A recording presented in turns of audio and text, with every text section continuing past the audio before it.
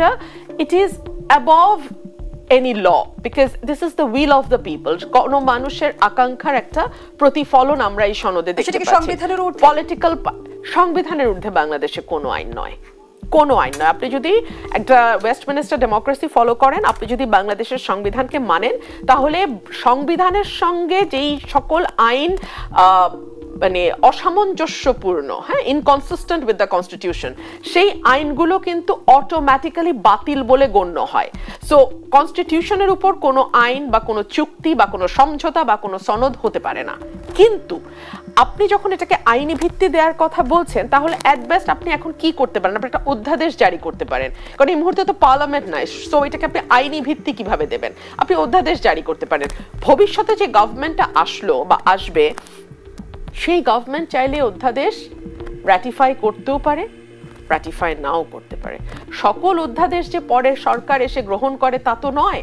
বহু অধ্যাদেশ জারি হয় যেটা পরবর্তীতে নির্বাচিত সরকার এসে যেটাকে আর গ্রহণ করে না সো আপনাকে দেখতে হবে যে পরবর্তীতে যেই সরকারটি আসবে যেই দলটি রাষ্ট্র ক্ষমতায় যাবে সেই দলটির কতটুকু সদিচ্ছা আছে যে ঐক্যমতে বিষয়গুলোতে একমত হয়ে সেগুলোকে বাস্তবায়ন করা অনেকগুলো বিষয় আছে যেগুলোতে কিন্তু বিএনপি নোট অফ ডিসেন্ট দিয়েছে সুতরাং সেই বিষয়গুলো বিএনপি যদি ক্ষমতায় যায় আদৌ তারা সেগুলো মানবে কিনা তারা মানতে বাধ্য কিনা তারা যেহেতু আগেই নোট অফ ডিসেন্ট দিয়েছে তারা ক্ষমতায় গেলে বলবে কিনা যে এগুলো তো আমি মানতে বাধ্য না এগুলো আমার উপর অ্যাপ্লিকেবল না বিকজ আমি অনেক আগেই এটাতে নোট অফ ডিসেন্ট দিয়েছি সব রাজনৈতিক দল মিলে 15টি নোট অফ ডিসেন্ট দিয়েছে যার মধ্যে 10টি বিএনপি দিয়েছে আচ্ছা ঠিক আছে 10টি বিএনপি দিয়েছে বিএনপি যদি ক্ষমতা না এসে অন্য কোনো দল আসে তারা যেগুলোতে নোট অফ ডিসেন্ট দিয়েছে বা সেই দল যেগুলোতে নোট অফ ডিসেন্ট দিয়েছে সেগুলো তারা মানে বাস্তবায়ন করবে কিনা সেটাও তো একটা বড় প্রশ্ন বিকজ এটা কিন্তু এখনো আমরা খুব পরিষ্কার না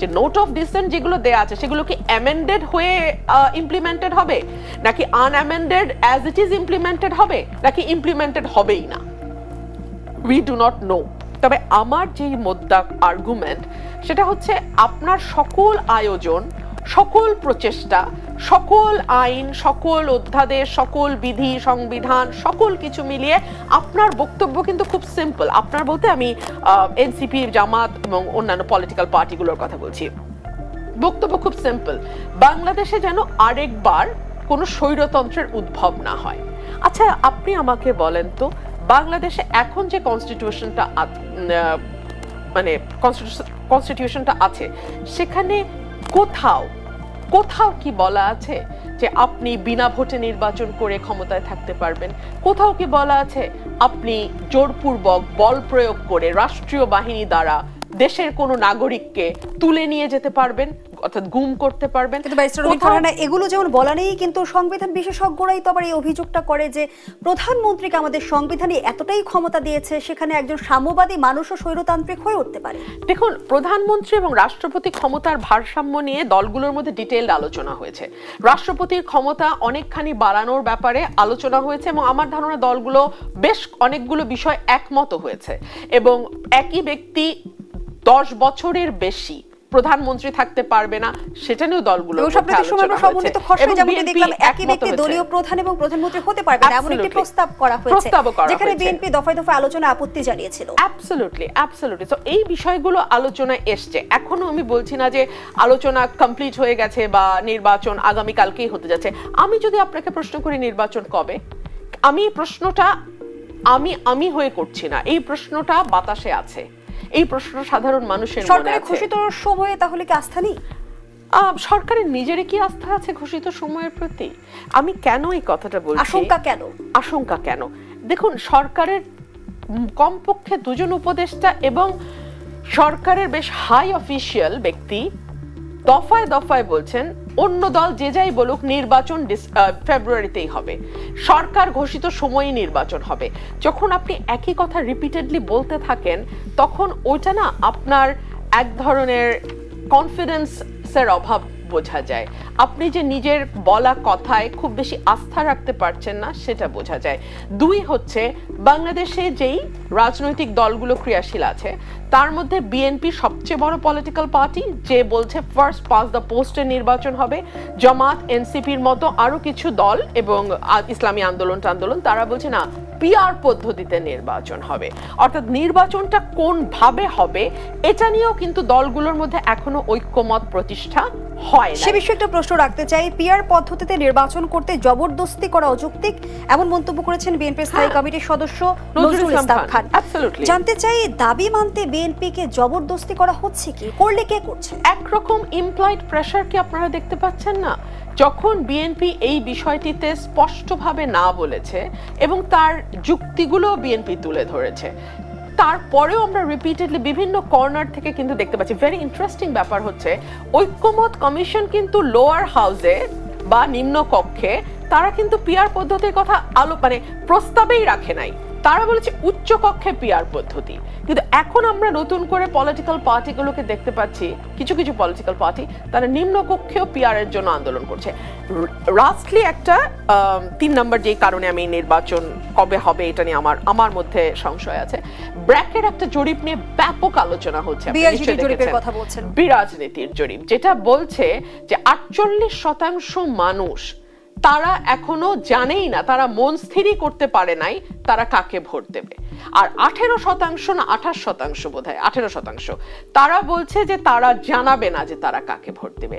আর 7% বলছে আওয়ামী লীগকে।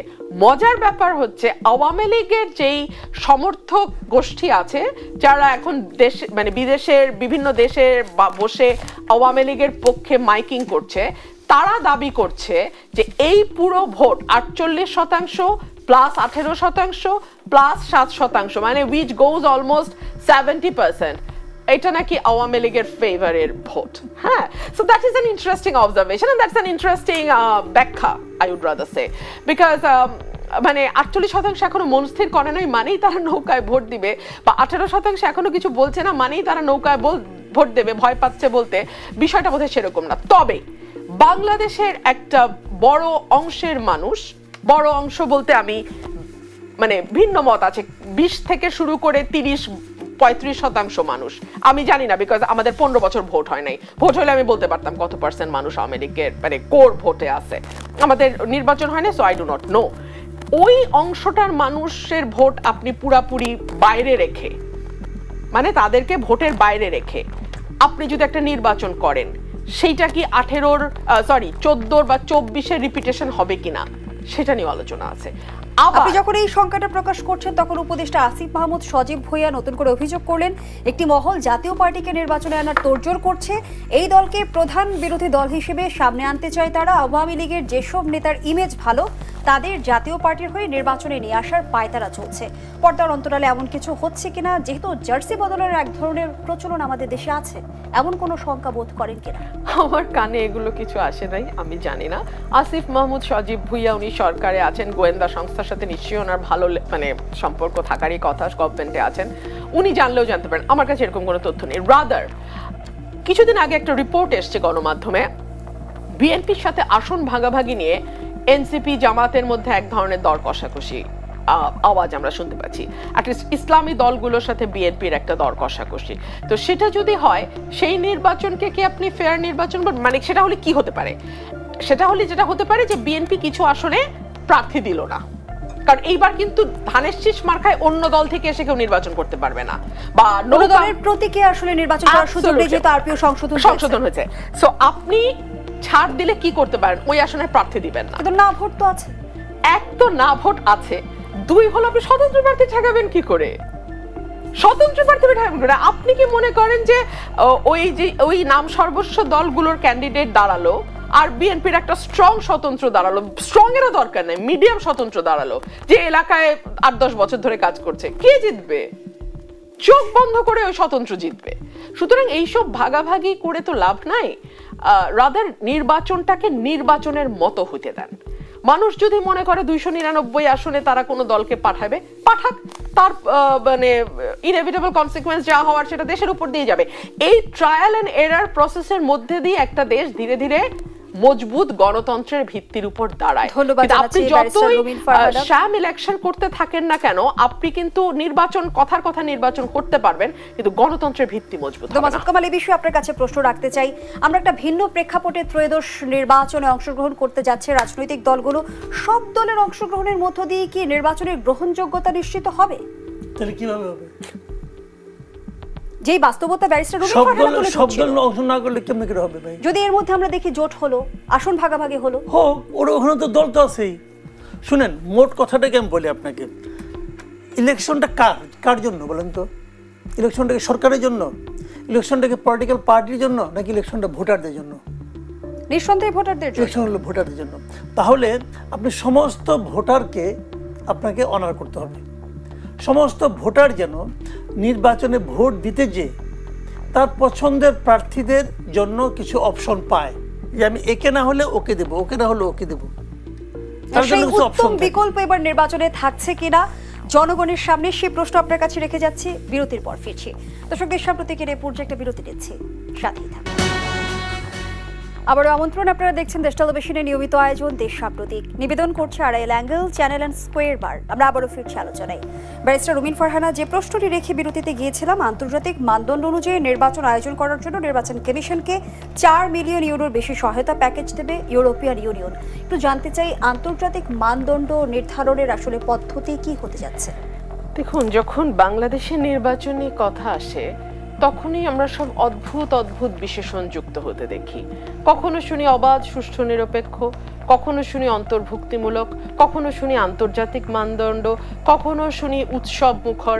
এক এক সময় এক এক বিশেষণ এসে যুক্ত হয়। দেখুন, পৃথিবীর অন্য সকল দেশেও তো নির্বাচন হয়, কিন্তু সেখানে তো সব অদ্ভুত বিশেষণ আমরা যুক্ত হতে দেখি না। আর বাংলাদেশে এইসব বিশেষণ যুক্ত হওয়ার সাথে সাথেই আমরা দিনের ভোট রাতেও হতে দেখি, আমরা একদলীয় ভোট করে সংসদ পুরোটা দখল হয়ে যেতে দেখি, আমরা দেখি আমি ডামি নির্বাচন, কিংবা মধ্যরাতে ভোট হয়ে গেছে, কেউ ভোটই দিতে পারে নাই, অদ্ভুত অদ্ভুত সব দেখি। সো এইসব ভারী ভারী বিশেষণ যুক্ত না করে নর্মালি যে নির্বাচনটা স্বাভাবিক হয়। কিরকম নির্বাচন স্বাভাবিক? যারা প্রার্থী হতে চাইছে তারা প্রার্থী হতে পারবে, যারা ভোটার তারা নির্ভয়ে যাকে তাদের পছন্দ, যাকে তাদের খুশি তাকে ভোট দিতে পারবে। সরকার নিরপেক্ষ ভূমিকা পালন করবে, আইন প্রশাসন যারা কর্মকর্তারা আছেন তারা তাদের দায়িত্ব আইন শৃঙ্খলার মধ্যে থেকে তাদের দায়িত্ব